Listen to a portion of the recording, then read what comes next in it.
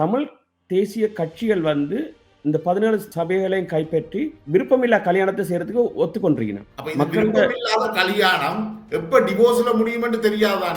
எந்த தமிழ் தேசிய கட்சியாக இருந்தாலும் அவர்கள் புலம்பெயர்ந்த இளம் சமூகத்தினுடைய ஆலோசனையின்படிதான் நடக்க வேண்டும் சொல்றீங்களா? 100%. இந்த கஜேந்திரகுமார் பொன்னம்பலத்தின் உரை வந்து ஒரு குறைஞ்சது ஒரு 3 மாசம் 4 மாசம் வெளி வந்திருக்குமா இருந்தா பாரிய மாற்றங்களை நான் கொண்டிருக்கலாம். என்ன அவர் இந்த உரையில அதாவது நீங்க ஒரு படிச்ச சமூகத்துல வந்து பிரதித்தம் செய்யலன்னா you have to have some personality. என்ன இப்ப நீங்கள் சந்திரசேகர் அமைச்சர் சந்திரசேகருக்கு personality இல்லைன்னு சொல்றீங்களா? 100% இல்லையா? I'm sorry. ஒரு மலைய தமிழர் அமைச்சராக இருக்கிறத அல்லது ஒரு மலைய தமிழரை சேர் என்று கூப்பிடணும் என்ற நிலைமை உருவாகிறது வந்து தமிழ் சமூகத்துக்கு அவ்வளவு காழ்ப்புணர்வாக இருக்குதா? தமிழ் கட்சிகளுடைய கையில உள்ளூராட்சி சபை வரும் என்றால் அபிவிருத்தி திட்டங்கள் முன்னெடுக்கப்படாமல் கட்சிகளுக்குள்ள போட்டி பொறாமை இருந்தால் நீங்கள் என்ன நடவடிக்கை எடுப்பீர்கள்? சட்ட நடவடிக்கை மூலம் அது சபை முடக்கப்படும். வணக்கம் நண்பர்களே, மற்றொரு கலந்துரையாடலில் உங்களோடு இணைந்து கொள்வதில் மிக்க மகிழ்ச்சி. இன்றைக்கும் நாங்கள் வழமை போல தேர்தல் மிக நெருங்கிக் கொண்டிருப்பதால் தேர்தல் தொடர்பான நிலைமைகள் தொடர்பில் உரையாட இருக்கின்றோம். இன்றைக்கு நம்மோடு உரையாட வருபவர் உங்களுக்கு நன்கு அறிமுகமான தியாகராஜா விக்னேஸ்வரன் அவர்கள் தமிழ் தேசிய மக்கள் விடுதலை முன்னணியின் ஒரு மிகுந்த ஆதரவாளர். தற்பொழுதுள்ள கள நிலவரங்கள் தொடர்பாக அவரோடு உரையாடுகின்றோம். வணக்கம் விக்னேஸ்வரன். வணக்கம். இன்றைக்கு இருக்கிற தேர்தல் நிலவரங்கள் எப்படி இருக்கிறது? ஏன் தமிழ் மக்கள் தமிழ் தேசிய மக்களை முன்னணிக்கு வாக்களிக்க வேண்டும்? ஓகே, முதலாவது வந்து நாங்கள் காலகாலமாக இந்த கைதிகள் பரிமாற்றம் கோட்டையில் இடம்பெற்ற காலம் முதல், விஜயகுமார் துங்க வந்து கைதிகள் பரிமாற்றம் செய்த காலம் முதல் சில வாக்குறுதிகளை நாங்கள் நம்பினாங்க. தென்னிலங்கையின் வாக்குறுதியில அதை நாங்க 2024 வரைக்கும் நம்பிட்டோம். 2025 நம்புறதுக்கு ரெடியா இருக்கிறோம். ஆனா அதையே அந்த சந்தர்ப்பத்தை நாங்க எங்களோட தமிழ் தேசிய ஒற்றுமைக்கு கொடுக்கறதுக்கு பின்னிக்கணும். நேற்றுக்கு ஒரு நல்ல ஒரு சமிக்கைய திரு கஜேந்திரகுமார் பொன்னம்பலம் காட்டிக்கார். ஒரு நிலையில உறுதியா இருக்கு, தமிழ் தேசிய கூட்டமைப்பு அழிக்க முடியாத ஒரு சக்தின்னு சொல்லி அந்த ஒரு செயல்பாட்டை நாங்களும் ஆதரிக்கணும். மற்றது இந்த உள்ளூராட்சி சபையை பொறுத்தவரை மக்கள் வந்து நேரடியாக நிர்வாகத்துல பங்கு கொள்ளக்கூடிய ஒரு சந்தர்ப்பம். அதுக்கும் நாங்கள் தென்னிலங்கையைத்தான் நம்பி இருக்கோம்னு சொல்லி ஒரு இதை கொண்டு வந்தோம்னு சொன்னா அது இன்னும் எங்களை ஒரு அடிமைத்தனத்தை கொண்டு போயிடும். தமிழ் தேசிய கட்சிகள் வந்து கிட்டத்தட்ட 3 பிளவாக இருக்கின்றது. தமிழ் மக்கள் இவர்களுக்குள்ள தொடர்ச்சியான இந்த பிச்சு பிடுங்கல்ல தமிழ் மக்களுக்கு ஒரு குழப்பமான நிலைமை தானே இருக்குது. ஏன் இவர்களால தேர்தலுக்கு முதல் ஒற்றுமைக்கு வர முடியல? இப்ப எங்களுக்கு 1000 பிச்சு படங்கள் இருக்கு இல்லைன்னு சொல்லல. ஆனா இந்த பிச்சு படங்களோட நாங்க கிட்டத்தட்ட 3-4 தேர்தலை சந்திச்சிட்டோம். அப்படி இருந்து எங்களுக்கு அந்த ஒற்றுமையை கொண்டு வர முடியல. ஆனா இந்த தேர்தலுக்கு பிறகு இந்த தமிழ் அரசியல்வாதிகள் ஒரு விஷயத்தை தலையில எடுத்துட்டோம் அப்படின்னு சொன்னா இனிமேல் அவர்களோட குடுமி வந்து புலம்பெயர் இளையோர் சமுதாயத்தின் கையிலான் இருக்கு. தாங்கள் நினைச்ச மாதிரி எதையும் செய்யலாது. இந்த தேர்தலை வென்ற பிறகு எங்களோட இணைஞ்சு பயணிக்க வேண்டிய ஒரு சூழ்நிலை விரும்பாமலும் வந்துடுது. இப்ப நீங்க சொல்றீங்களா, இப்ப தேர்தலில் அவர்கள் வெற்றி அடைஞ்சு வந்தாலும் அது எந்த தமிழ் தேசிய கட்சியாக இருந்தாலும் அவர்கள் புலம்பெயர்ந்த மக்களுடைய அல்லது புலம்பெயர்ந்த இளம் சமூகத்தினுடைய ஆலோசனையின்படிதான் நடக்க வேண்டும் சொல்றீங்களா? 100%. இனிமே அவை இந்த தலையெழுத்தே மாறிட்டுது. ஏண்டா அவையில தெரியும், கடந்த 3 தேர்தலில் வந்து புலம்பெயர் தேசத்தினுடைய இன்ஃபுளுன்ஸ் வந்து நிறைய இருந்திருக்கு. மாற்றி அமைக்கக்கூடிய சக்தி அது வந்து விடுதலை புலிகளோட ஆதரவோ அப்படின்னு இல்லை. மக்கள் தெளிவடைஞ்சிட்டாங்க, கலைப்படைஞ்சிட்டார்கள், சலிப்படைஞ்சிட்டார்கள். இவர்கள் வந்து காசுக்கு மட்டும் புலம்பெயர் சமூகம் மற்றதை காய்ச்சா நீங்க வெளிநாட்டுல கோப்பால் அப்படி அந்த சூழ்நிலை மாறிட்டுது. இப்ப வந்து உங்களுக்கு தெரியும், இந்த 4 பேட்ட தடை வந்து அது ஒரு முதல் படி. இளையோர் சமூகம் செய்ததுன்னு முதல் படி. அங்க வந்து தமிழ் அரசியல்வாதி எவரும் சம்பந்தப்படல. குறிப்பா சொல்வதானால் தமிழ் தேசிய கூட்டமைப்பின் தற்காலிக பொதுச் செயலாளர்களும் இல்ல, பதில் பொதுச் செயலாளர் தன்னைத்தானே அங்கீகரித்துள்ள சுமந்திரன் போட்ட சில தடைகளை எங்களோட சமூகம் புலம்பெயர் சமூகத்தை இளையோர் அமைப்பு வந்து சட்ட ரீதியா உடைச்செறிஞ்சிட்டு போர்க்குற்றம் நடக்கலன்னு சொன்னிச்சு. ஆனா அந்த போர்க்குற்றத்தை இன்னைக்கு அங்கீகரிக்கிறதுக்கு நாடுகள் முன் வந்துட்டு. வசந்த காரணம் கூட 11 பேர் காணால் போன சம்பவத்துல ஒரு சட்டமா அதிபர் ஒரு எதிராளிக்கு தான் அரசாங்கத்து சார்பில் எதிராளிக்கு எதிராக வாதாட வேண்டிய சட்டமா அதிபர் கர்நாடக விவகாரத்துல வந்து அவருக்கு சார்பா வாதாடுது. குற்றவாளின்னு தெரிஞ்சு அதே கேஸ ஒரு கட்டத்தில் விட்ரோ பண்றதுக்கு இன்னும் உறுதிப்படுத்தப்படையில்லை. என்ன பேர் அதுக்கும் பேர் நாங்கள் வழக்கு போடுவார். அந்த வழக்கு போட சந்திக்கிறது நான் ரெடி. சுமந்திரன் தான் ஆஜராயிருக்கு. இந்த வழக்குல இருந்து கர்நாடகா விலவணும்னு சொல்லி இன்னும் அது உறுதிப்படுத்தப்படல. ஏன்னா எல்லாம் சொல்றது பயப்படுறாங்க. ஆனா இப்ப நீங்கள் இந்த புலம்பெயர்ந்த சமூகம் தான் இலங்கையில இருக்கக்கூடிய தமிழ் தேசிய கட்சிகளுக்கு ஆலோசனை அல்லது உத்தரவுகளை பிறப்பிக்கும் என்பதை அந்த நாட்டுல தாயகத்துல வாழ்ற தமிழ் மக்கள் ஏற்றுக்கொள்வார்கள் என்று நீங்க நினைக்கிறீங்களா? கண்டிப்பா ஏற்றுக்கொள்ள வேணும் என்று சொன்னா இனிமேல் இலங்கை அரசாங்கத்தின் கையில எந்த ஒரு அபிவிருத்தி திட்டங்களும் அங்க இல்ல. கடந்த 16 வருஷ உள்ளூராட்சி சபை நிர்வாகத்துல அரசாங்கத்தால் நிர்வகிக்கப்பட்ட உள்ளூராட்சி அதாவது வடமாகாணம், கிழக்கு மாகாணம் எல்லாத்திலையும் புலம்பெயர் தமிழர்களின் நேரடி பங்களிப்பு அபிவிருத்தியில் தான் கூட இருக்க ஒழிய அரசாங்கத்தின பங்களிப்பு குறைவு. அதை ஏற்றுக்கொள்ளும் நாங்கள். 2009க்கு பிறகு வடக்கு கிழக்குல இருந்த தமிழ் உள்ளூராட்சி சபைகள் அத்தனையும் தமிழ் கட்சிகளின் கையில தானே இருந்தது. இல்ல அன்றைக்கு சில சில சில அரசியல்வாதிகள் தான் தோண்டித்தனமா இருந்தவர்கள் என்ற கள சூழ்நிலை அப்படி கொஞ்சம் வைத்து காய்ச்சா சிஐடி வரும், கொஞ்சம் வைத்து காய்ச்சா பிடிஏ பாயும். ஆனா இன்றைக்கு அந்த சூழ்நிலை அப்படி இல்லை. அன்றைக்கு நாங்க ஒரு கொழும்புல போய் ஒரு அரசியல் செயற்பாட்டில் ஈடுபட்டு இங்க விதைக்குள்ள பிடிபட்டு வந்தோம்னு சொன்னா அரசாங்கம் என்ன சொல்லுது அதான் இங்க ஆஸ்திரேலியா கவர்மெண்ட் எங்களுக்கு you are involved in the terrorist act. ஆனா இன்றைக்கு அப்படி இல்ல நிலைமை. இன்றைக்கு எந்த பிள்ளை ஒரு தமிழ்ல பெண்டனை வாங்குதுன்னு சொன்னா மே 18க்கு $1100 கொடுத்து அப்ப எங்க போயிட்டு பாருங்க. $1100 பெருசு இல்ல, தமிழ்ல பெண்டன் வாங்குறதும் பெருசு இல்ல. அப்ப நான் கேட்கிறேன், அம்மா do you know that meaning of this pension? Yes, of course I know that. அப்ப நாங்க எங்க வின் பண்ணிருக்கோம்? அப்ப நான் இன்றைக்கு போய் அரசியல்ல ஒரு செயல்பாடு செய்து போட்டு நான் இங்க வந்தா எந்த பிள்ளை எனக்கு வேறும் என்ன? இது விக்னேஸ்வரன் தியாகராஜா உங்களுக்கு ஒரு பாரிய அரசியல் பின்புலம் இருக்குது, பாரிய நிதி செல்வாக்கம் இருக்குது என்ற அடிப்படையில இருந்து இது வருகுதா, இல்லது புலம்பெயர்ந்த தமிழர்கள் எல்லார்ட்டையும் இந்த உணர்வு இருக்குது, அவர்கள் இலங்கையில உள்ள அரசியலை நிர்ணயிக்க போறார்கள் என்று சொல்றீங்களா? கண்டிப்பா ரெண்டாவது உண்மை என்ன, கடைக்கோடி தமிழனு அவன் வசதிக்கான வசதி இல்லையோ படிப்பறிவுக்கோ இல்லையோ கால சூழ்நிலை நாங்க டயர்ட் ஆயிட்டோம் என்ன, எல்லாட்ட கதையும் கேட்டு எல்லாருக்கும் பின்னால போய் மாலை ஆராத்தி எடுத்து டயர்ட் என்ன, இனி எங்களால முடியாது, நாங்க ஒரு இடத்த நிப்பாட்டி திரும்பி நாங்க எங்கிட்ட வந்த பாதியை பார்க்க வேண்டிய சூழ்நிலைக்கு வந்துட்டோம். அது கரடு முரடா இருக்கு. நீங்கள் இந்த அரசியல் ஆர்வத்தோட நீங்கள் இன்னொரு விஷயத்தை முன் வச்சு கொண்டிருக்கிறீர்கள், தமிழ் கட்சிகளை ஒற்றுமைப்படுத்த வேண்டும். மேதினத்து அன்று நடந்த ஒரு கூட்டத்துல கஜேந்திரகுமார் பொன்னம்பலம் சுமந்திரனுக்கு எதிராக மிக கடுமையான சொற்போர் ஒன்றை நடத்தி இருந்தார். ஒரு தாக்குதல் நடத்தப்பட்டிருந்தது. உங்களுக்கும் சுமந்திரன் மீது மிக கடுமையான விமர்சனங்கள் இருக்குது. ஆனா இவ்வாறான விமர்சனங்களை வச்சுக்கொண்டு நீங்கள் இந்த தமிழ் தேசிய கட்சிகளை ஒற்றுமைப்படுத்த இயலும்னு நினைக்கிறீங்க? சொல்றேன்னு தீர்மானிக்கிற சக்தி அவன் கையில இல்ல. ஏதோ ஒரு விதத்துல நாங்க சொல்றதை கேட்க நிலைமைக்கு வந்து நாங்க சொல்றதை விடுங்க, எங்க பிள்ளை சொல்றதை கேட்க நிலைமைக்கு வந்துட்டோம். இங்க எங்க பிள்ளை இங்க புலம்பெயர்ந்து வாழ்கிற தமிழர்களுக்கு அங்க என்ன கட்டுப்பாடு இருக்குது? அவர்கள் எந்த ஒரு பைட்டும் இல்லத்தானே, அவர்களுக்கு ஒரு பிடி இல்லத்தானே. அதை இப்ப படிப்படியா நாங்க கொண்டு வரதுக்கான முயற்சிகள் நடந்துட்டு இருக்கேன். அவைய நீங்கள் உங்களோட கட்டுப்பாடுகளை வச்சிருப்பீங்க.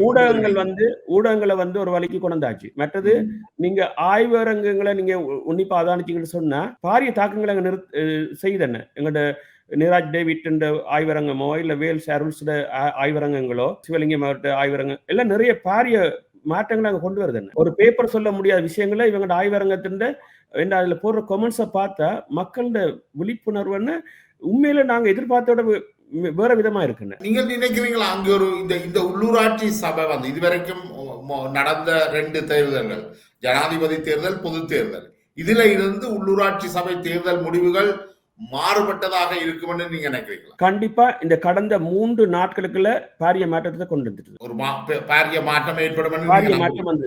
தேசிய மக்கள் சக்தியினுடைய பிரதான வேட்பாளர் கபிலன் நேர்காணல் செய்திருந்தார். கபிலன் உண்மையிலேயே தேசிய மக்கள் சக்தியுடைய ஒரு உறுப்பினர் என்றதிலும் பார்க்க அவருடைய அடையாளம் என்றது அவர் ஒரு தமிழ் தேசியவாதியாகத்தான் இருக்கிறார். அவரை நீங்கள் தேசிய மக்கள் சக்தி ஜேவிபியின் பக்கம் திருப்பினது இந்த தமிழ் கட்சிகள் தானே, ஏன் அவர்களால் அது வென்றெடுக்கலாம போகுது? அதைத்தானே நான் சொல்றேன். என்ன தெரியுமா, இப்ப இந்த கஜேந்திரகுமார் பொன்னம்பலத்தின் உரை ஒரு குறைஞ்சது ஒரு 3 மாசம் 4 மாசம் வெளி வந்திருக்குமா இருந்தா பாரிய மாற்றங்களை நான் கொண்டிருக்கலாம். அதாவது எங்களுக்கு ஒரு நல்ல ஒரு சந்தர்ப்பம், நல்ல ஒரு சந்தோஷமான செய்தி என்ன சொன்னா, தமிழ் தேசிய கூட்டமைப்பட்ட உருவாக்கமும் அதன் சிருஷ்டியும் என்ற காலத்திலும் அழிக்கப்படக்கூடாது. அங்க இருக்கிற நபர்களை தான் நாங்கள் மாற்றத்தை கொண்டு வரணும், கொண்டு வராடி அவரை வெளியே கொண்டு போகணும். மந்திரன் இல்லாத தமிழரசு கட்சியை ஆனா சுமந்திரன் இருந்தா நல்ல அவர் தன்னை மாற்றிக்கொள்ளணும். அதான் உங்களுக்கு கடந்த உரையாடல நான் மென்ஷன் பண்ணது. இப்ப இன்றைக்கு எங்களை பலத்த ஆய்வுக்கு பின்னர் 3வது நாளா எங்கட இந்த குரூப்ல சேர்த்திருக்காரு. நான் அது என்ன போட்டேன்னா அதை உங்களுக்கு அனுப்பி இருக்கிறேன், ஒரு ஓப்பன் லெட்டர். அது கண்டிப்பா நாளைக்கு யாழ்ப்பாணம் ஊடக மையத்துல அதை நான் போட போறேன். கண்டிப்பா இதுல ஆன்லைன் மூலமா சந்திப்பு செய்யறதுக்கு எல்லாம் முடிவு செஞ்சிருக்கு. ஏன்னா இதுல சுமந்திரன் கஜேந்திரகுமாரோட ஸ்ரீதரன் தனிப்பட்ட விருப்பம் இல்ல, ஒரு சிவிக்க சுயஞானத்தின விருப்பம் இல்லை. இங்க வந்து எங்கி இருக்கிற எங்கட கோவணத்தை காப்பாத்துற விருப்பம் என்ன? எங்கட கோவணம் தான் மிஞ்சி இருக்கேன். அந்த கோவணத்தை நான் இந்த வீட்டுல துவச்சு காய போறதுக்கு எங்களுக்கு விடுங்க டைம். அதுக்கு நான் உங்களோட வீட்டுல வந்து தண்ணியும் சோப்பும் வாங்க முடியாது. விளங்குதா? அந்த கோவணத்தால எங்களை காப்பாத்தலும் என்ன? சாராயத்துக்கும் விபச்சாரத்துக்கும் எங்களை விக்கலாம் எங்க ஓட்ஸ். இந்த விஷயத்துல வந்து தமிழ் தேசிய கட்சிகள் போட்டியிடுகிறது. இவர்கள் யாராலையுமே பெரும்பான்மை எடுக்கிறதுக்கான வாய்ப்பு குறைவா தான் இருக்க போகுது. ஆனால் இவர்கள் இந்த தேர்தலுக்கு மறுநாள் தங்களுக்குள்ள உடன்பாடுகளை எட்டி ஒரு உறுதியான உள்ளூராட்சி சபைகளை உருவாக்குவார்களா, மக்களை அபிவிருத்திக்கிட்டு செல்வார்களா, அல்லது தங்களுக்குள்ளேயே பிடுங்கப்பட்டு நடக்கக்கூடிய அபிவிருத்தியையும் இல்லாமல் பண்ணுவார்களா? இப்ப கடந்த ஒரு வார காலமாக தாங்கள் போட்டியிடாத பகுதிகளில் நாங்கள் யாரை ஆதரிக்கிறோம் என்றத ஒரு வெளிப்பாட்டை நாசுக்க அந்தந்த கட்சி சொல்லி இருக்குது. மற்றது ஒரு பொதுவான ஒரு நிலைப்பாட்டுக்கு வந்திருக்க தெரியுமோ, தமிழ் தேசிய கட்சிகள் வந்து இந்த 17 சபைகளையும் கைப்பற்றி ஒரு ஒரு விருப்பமில்லா கல்யாணத்தை செய்யறதுக்கு ஒத்துக்கொண்டிருக்கணும். கல்யாணம் எப்ப டிவோர்ஸ்ல முடியும் என்று தெரியாதானே? டிவோர்ஸ்ல முடியாதுன்னு இந்த கல்யாணம் ஏன் தெரியுமா? வாக்களிச்ச மக்கள் தான் நாங்க நிர்ணயிக்கிறது. நீங்க என்னைக்கு ஒரு அரசியல்வாதின்னு ஒரு பேரை தலையில தூக்கினீங்களோ அன்றைக்கு வாக்காளர் இதுக்கு நீங்க அடிமை ஆயிட்டீங்க. ரோட்டுக்கு இறங்கணும் பண்ண மக்களோட கருத்தை கேட்கணும். உங்களோட பணபலம், பர்சனாலிட்டி எல்லாம் வந்து அங்க எடுபடாது. நீங்க உங்களோட அர்ப்பணிப்பு தான் தேவை. ஏன்னா அப்படியான ஒரு தலைமைங்களை நாங்க வந்த நாங்கள் தண்ட குடும்பத்தையே இழந்த ஒரு அர்ப்பணிப்போட தலைமைத்துவத்தில் வாழ்ந்த ஆக்கள் நாங்கள்.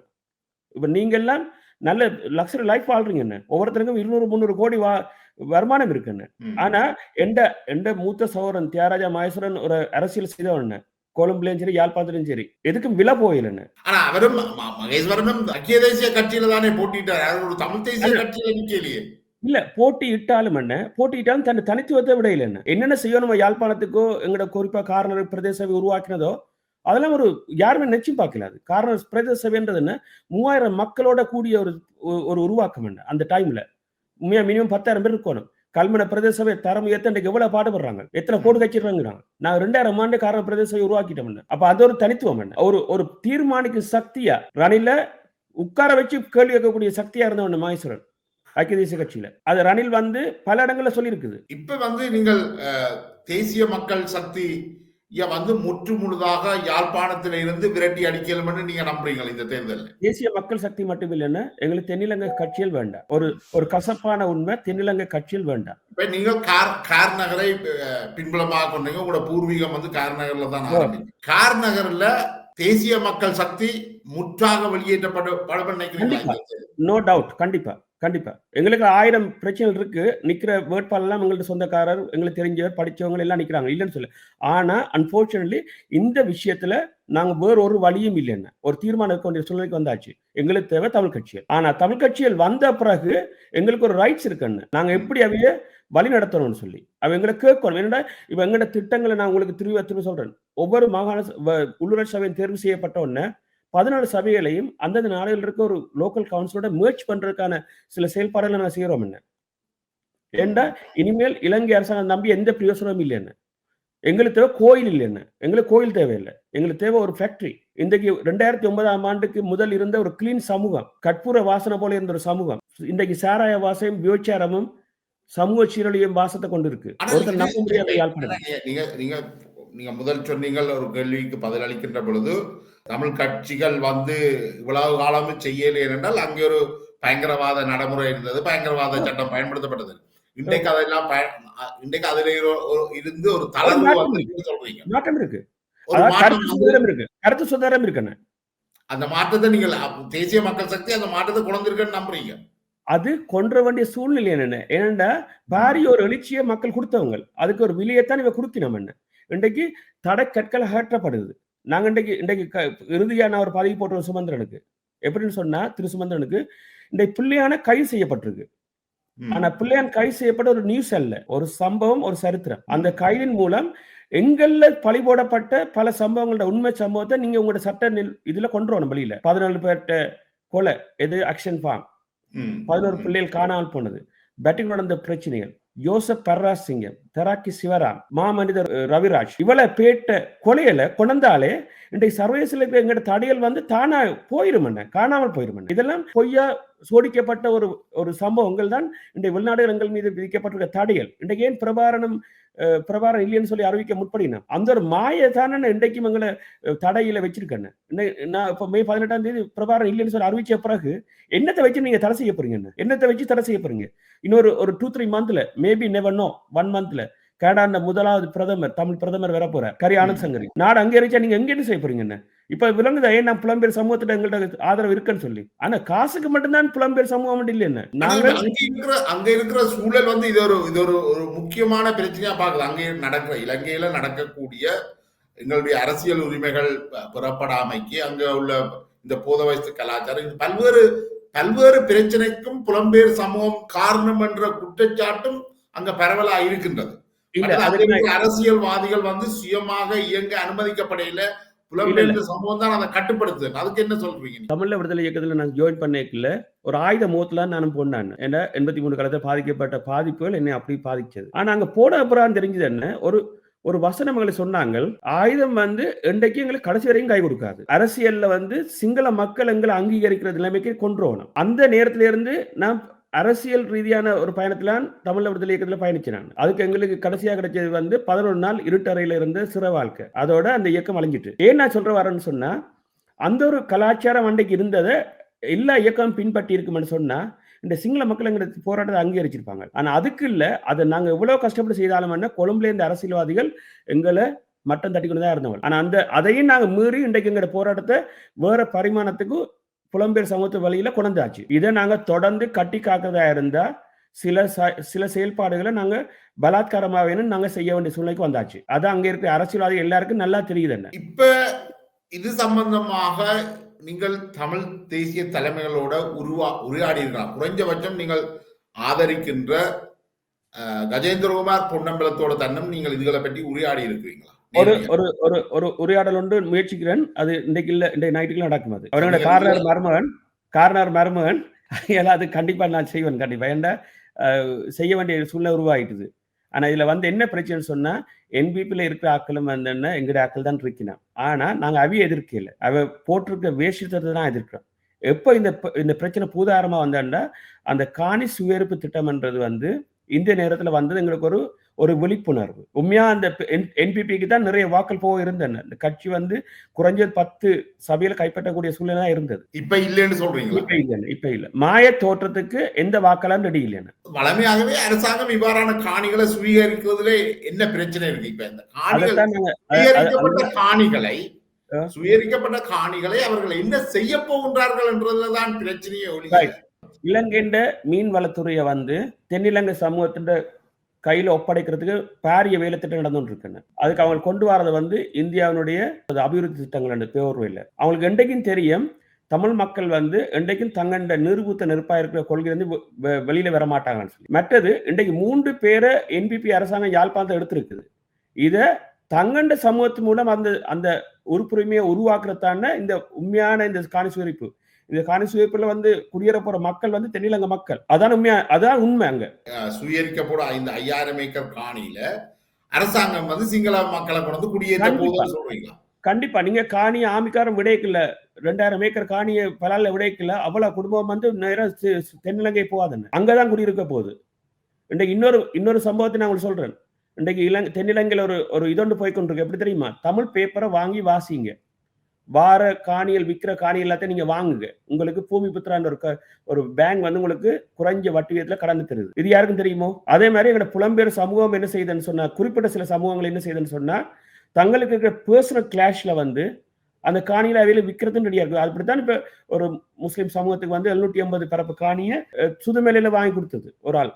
எங்கட ஊரை வந்து வாங்கி கொடுத்தோம். ஒன்னும் செய்யல, டூ லேட். அது இதுல ஒரு இயல்பான பிரச்சனையும் இருக்குதானே விக்னேஸ்வரன்? என்னென்றால் இலங்கையினுடைய 3இல் ஒரு நிலப்பரப்பை நாங்கள் வடக்கு கிழக்குல வச்சிருக்கிறோம். இலங்கையில இருக்கிற சனத்தொகை அடர்த்தி குறைந்த 5 மாவட்டங்கள்ல 4 மாவட்டங்கள் வடமாகாணத்துல இருக்குது.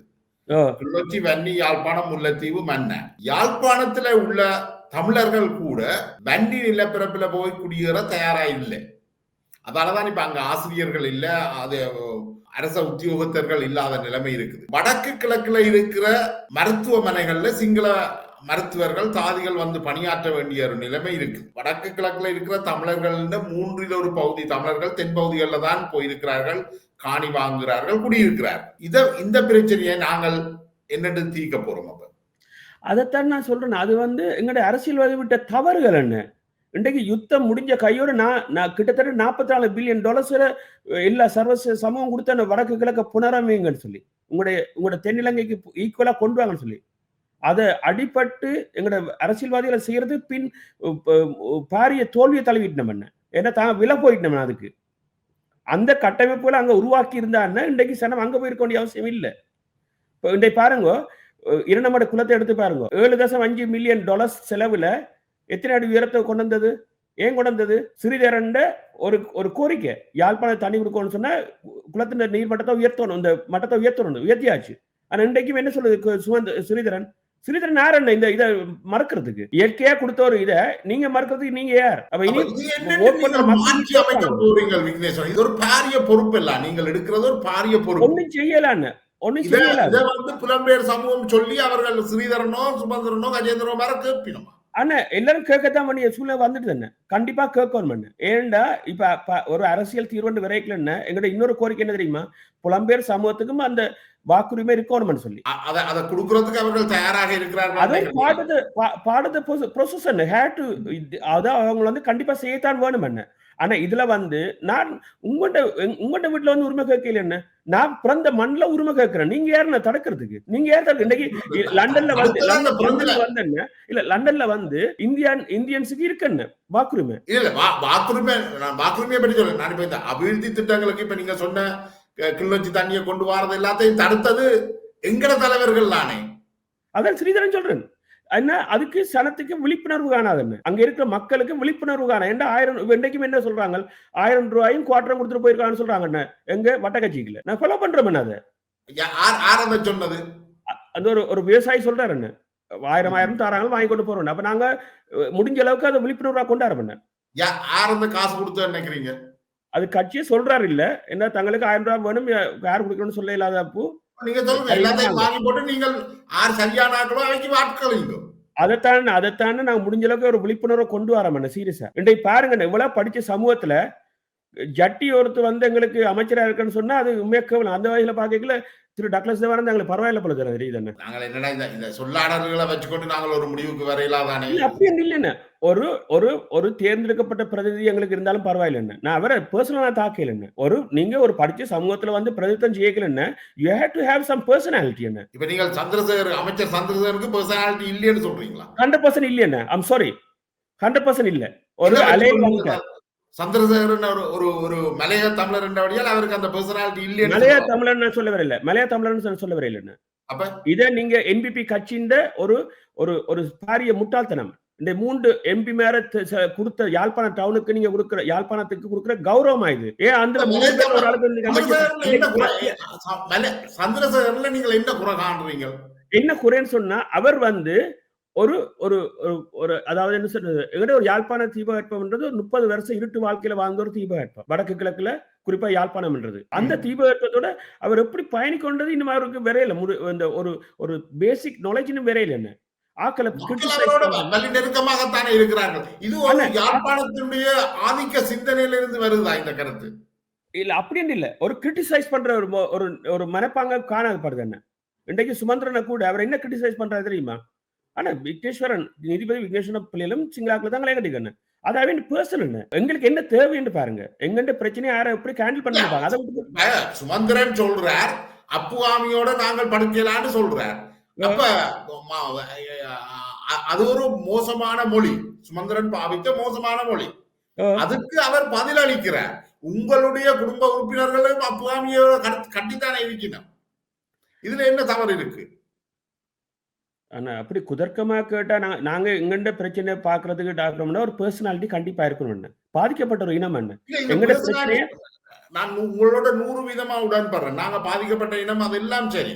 ஆனா சந்திரசேகர் மீது வச்சப்படுற குற்றச்சாட்டு எப்படி வருது என்றால், இந்த வடக்கத்து ஆண்கள் இப்படித்தான் என்ற அந்த தமிழ் தேசியவாத யாழ் மையவாதத்தின் மனநிலையில இருந்து வருது என்றுதான் பெரும்பாலும். நாங்கள் இது ஒரு சந்திரசேகர் ஒரு தனிப்பட்ட மனிதர் அல்ல, கூட நாங்கள் மலையாளத்தின் மலையத்தமிழர்களை எப்படி நடத்துறோம்?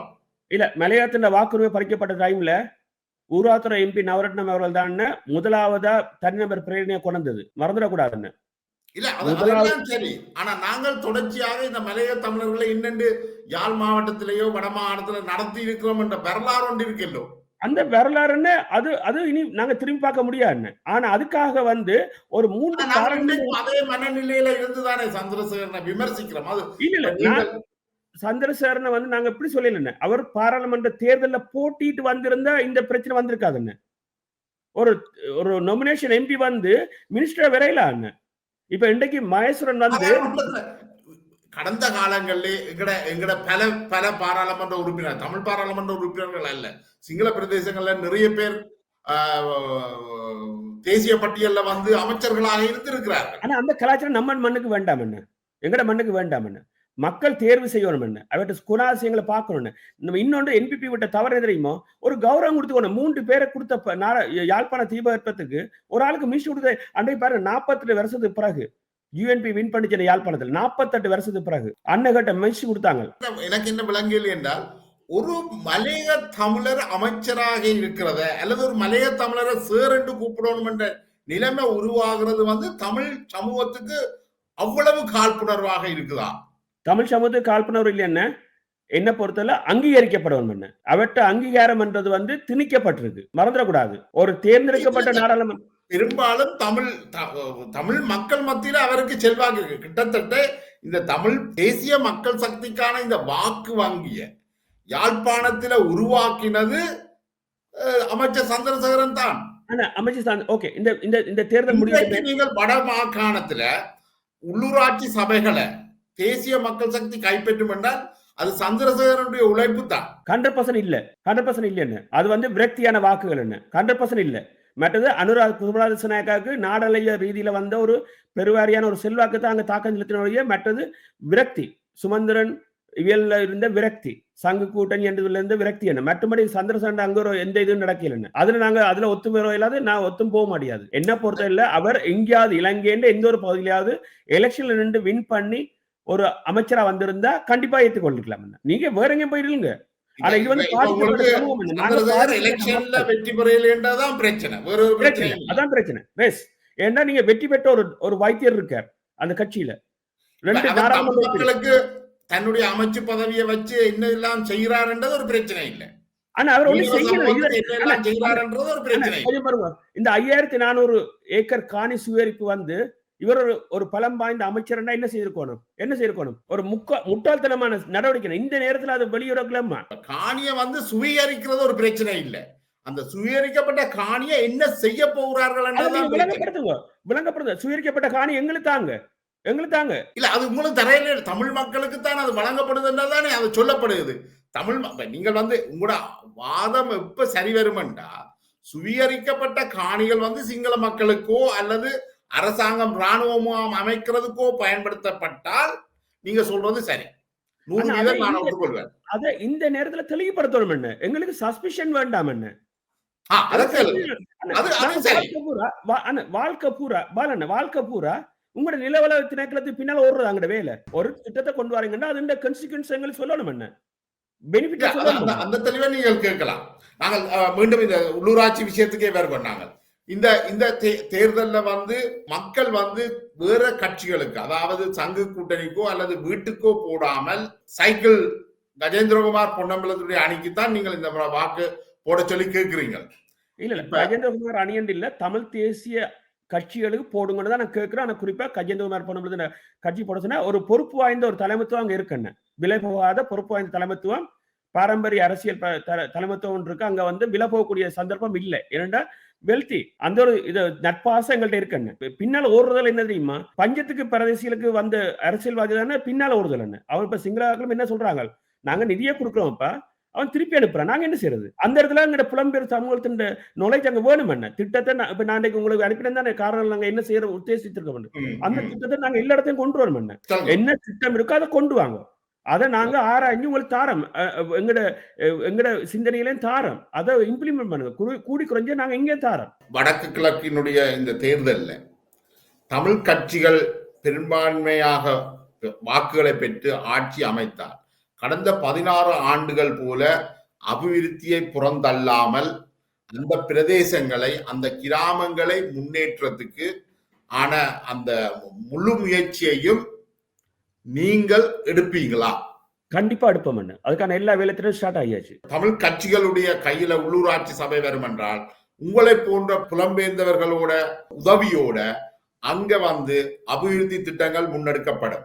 அப்படி அபிவிருத்தி திட்டங்கள் முன்னெடுக்கப்படாத பட்சத்தில் அந்த கிராமங்கள்ல அபிவிருத்தி திட்டங்கள் முன்னெடுக்கப்படாமல் தொடர்ந்தும் அந்த கட்சிகளுக்குள்ள போட்டி பொறாமை இருந்தால் நீங்கள் என்ன நடவடிக்கை எடுப்பீர்கள்? உடனடியாக சட்ட நடவடிக்கை, பொதுநல வழக்குகள் தொடரப்படும், அவருடைய பதவி கேள்விக்குறியாக்கப்படும், வாக்களித்த மக்கள் விழிப்புணர்வோடு செய்யப்படுவார்கள், கேள்வி கேட்கும் நிலைமைக்கு உருவாக்கப்படும். சில வேளையில் தேவையா இருந்த அந்த சபையினுடைய நடவடிக்கை அனைத்தும் முடக்கப்படும், காலவரையின்றி.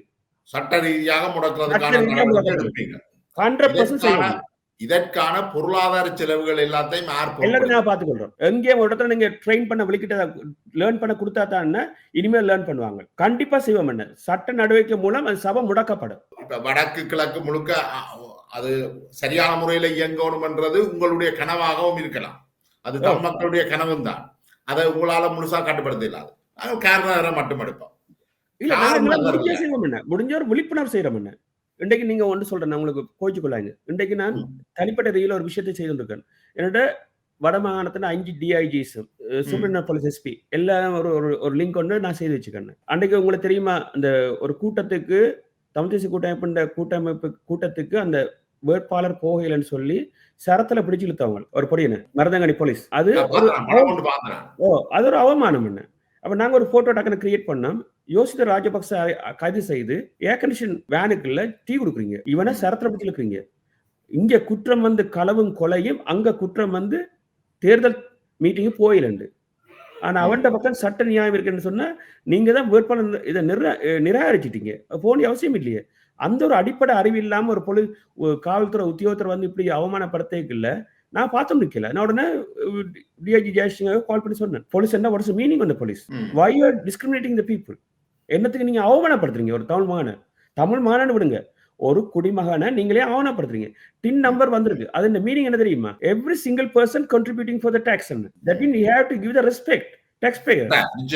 நிச்சயமாக கண்டிக்கப்பட வேண்டும். அதுக்கு எதிரான குரல்களும் எழுப்பப்படும். கண்டிப்பா. அப்ப DIG சொன்னார், விக்னேஸ்வரன் கொஞ்சம் டைம் கொடுங்க, நாங்க பரதங்கனி போலீஸரை காய்ச்சிட்டு வரேன். உடனே வந்தார். Unconditionally we are very sorry for that. உரையாடல் நின்று கொண்டே இருக்குது. கடைசியாக நீங்கள் தமிழ் மக்களுக்கு இந்த தேர்தலுக்கு முதல் என்ன சொல்ல விரும்புகிறீர்கள் என்று சொல்லிக்கொண்டு நாங்க எவ்வளவோ நம்பிக்கைக்கு பின்னால போன ஒரு சமூகம் கடந்த 35 வருஷமா இன்றைக்கு ஒரு நல்ல ஒரு சமிக்கை எங்களுக்கு வந்திருக்குது. இதுல இருந்து எங்களை நாங்க திருத்தி பயணிக்கக்கூடிய ஒரு சந்தர்ப்பம். ஆகையால எதிர்வரும் உள்ளூராட்சி மன்ற தேர்தலில் முடிஞ்ச அளவுக்கு முடிஞ்ச சபைகளை தமிழ் தேசியம் சார்ந்த கட்சிகளிடம் ஒப்படைக்க வேண்டும் என்றது இந்த ஒரு மனமார்ந்த ஒரு விருப்பம். அது உங்கள்ட ஒரு நேரடி கட்டுப்பாட்டுக்கு இல்லை. அந்த 5 வருஷம் இருக்கக்கூடிய மாதிரி இங்கே பார்த்துக்கொள்ளுங்க. வாக்குகள் போடைக்குள்ள, வாக்குகள் கேட்க வரைக்கும் சொல்லுங்க வேட்பாளருக்கு, நான் வந்து கேள்வி கேட்பேன், அல்லது ஏதோ ஒரு விதத்துல உங்கள்ட செயல்பாட நான் உன்னிப்பா அவதானிப்பேன். புடை இருக்கும் பட்சத்தில் நான் நேர கேள்வி வைப்பேன். அந்த ஒரு உறுதிமொழியை அவருக்கு கொடுங்க. உங்களுடைய வேண்டுகோள் பலிக்க, உங்களுடைய விருப்புகள் பலிக்க வாழ்த்துக்கள். அந்த புள்ளியோட நாங்கள் இந்த நேர்காணலை சந்திப்போம். திருப்பி நேரத்தை ஒதுக்கி கலந்து கொண்டமைக்கு நன்றி. நாங்கள் தேர்தலுக்கு பிற்பாடு இது தொடர்பாக தொடர்ந்து உரையாடுவோம். நன்றி. நன்றி.